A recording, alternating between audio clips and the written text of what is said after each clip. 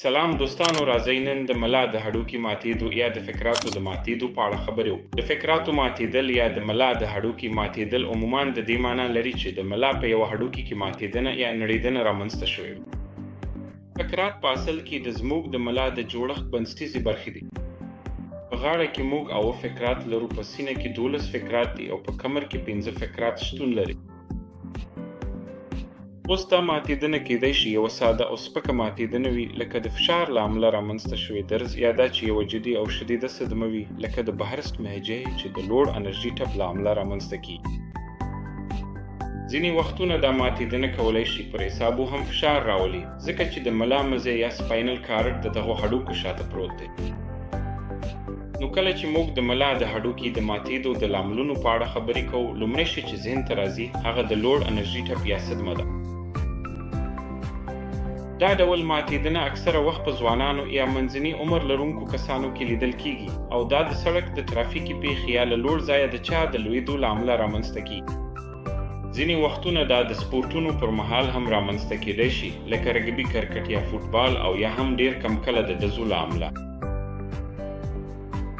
نو دا ډول ماتېدنې عموماً د ناپایدارو مهاجرت، هګیس المهاجرت یا د لوړ سرعت مهاجرت په نوم پیژندل کېږي، چې پکې د ملا د هډوکو ښکاره حزن لاګسټ هم رامنځته کېدای شي.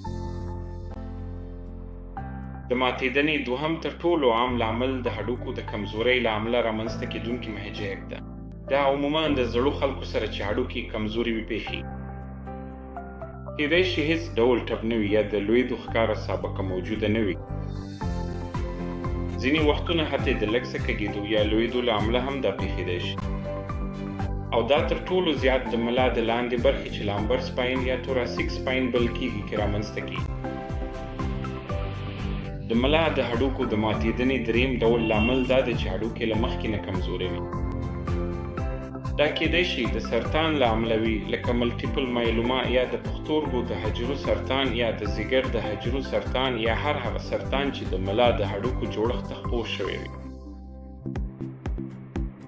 څلورم عام لامل د انتان له امله وي، لکه د تبرکلوز انتان چې په هند کې تر ټولو زیات لیدل کېږي.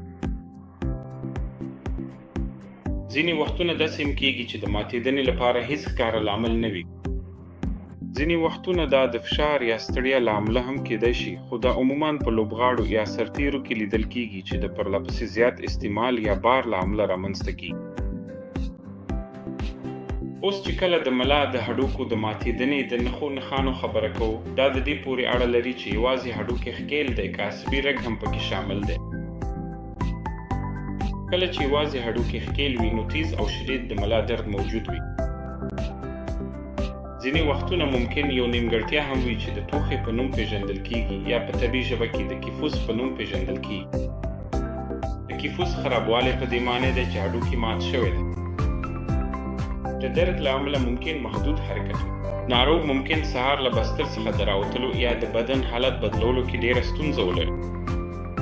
کله چې د ملا د هډوکي په شا کې اعصاب فشار شي، نو ممکن عصبي نښې وي، لکه په لاسونو یا پښو کې خارښت یا بېحسي. ځینې وختونه ناروغ حتی د تشو حاجت یا ادرار کولو کې هم ستونزه لري. نو کله چې دا ډول نښې وي، ستاسو ډاکټر به تر ټولو لومړی ستاسو د ناروغۍ تاریخ وپوښتي. څه وشول؟ ډاکټر ممکن وغواړي چې هغه حالتونه یا شرایط درسره بحث کړي چې پکې ټپ رامنځته شو. دوهم هغه به ایکسرې یا MRI وکړي چې پکې د هډوکي فشار ښکاري، یا MRI دا هم ښیي چې اعصاب فشار شوي که نه. ځینې وختونه CT سکین ته هم اړتیا وي، خو دا زیاتره د جراحي پلان جوړونې لپاره کارول کېږي. نو ډېری وخت کله چې ستاسو په نخاع کې فریکچر وي، یو ډاکټر به ستاسو مفصل تاریخ واخلي، هغه به عصبي معاینه وکړي، هغه به ستاسو یې سکین یا لهش ترسره کړي، او بیا به د فریکچر ډول پورې اړه ولري آیا دا د اعصابو فشار دی یا نه. تاسو کوم ډول نښې لرئ، هغه ممکن تاسو ته د بستر آرام یا درملو په بڼه د عمل راتلونکي کورس وړاندیز کړي، یا که اړتیا وي عملیات. بریالیتوب مو غواړم.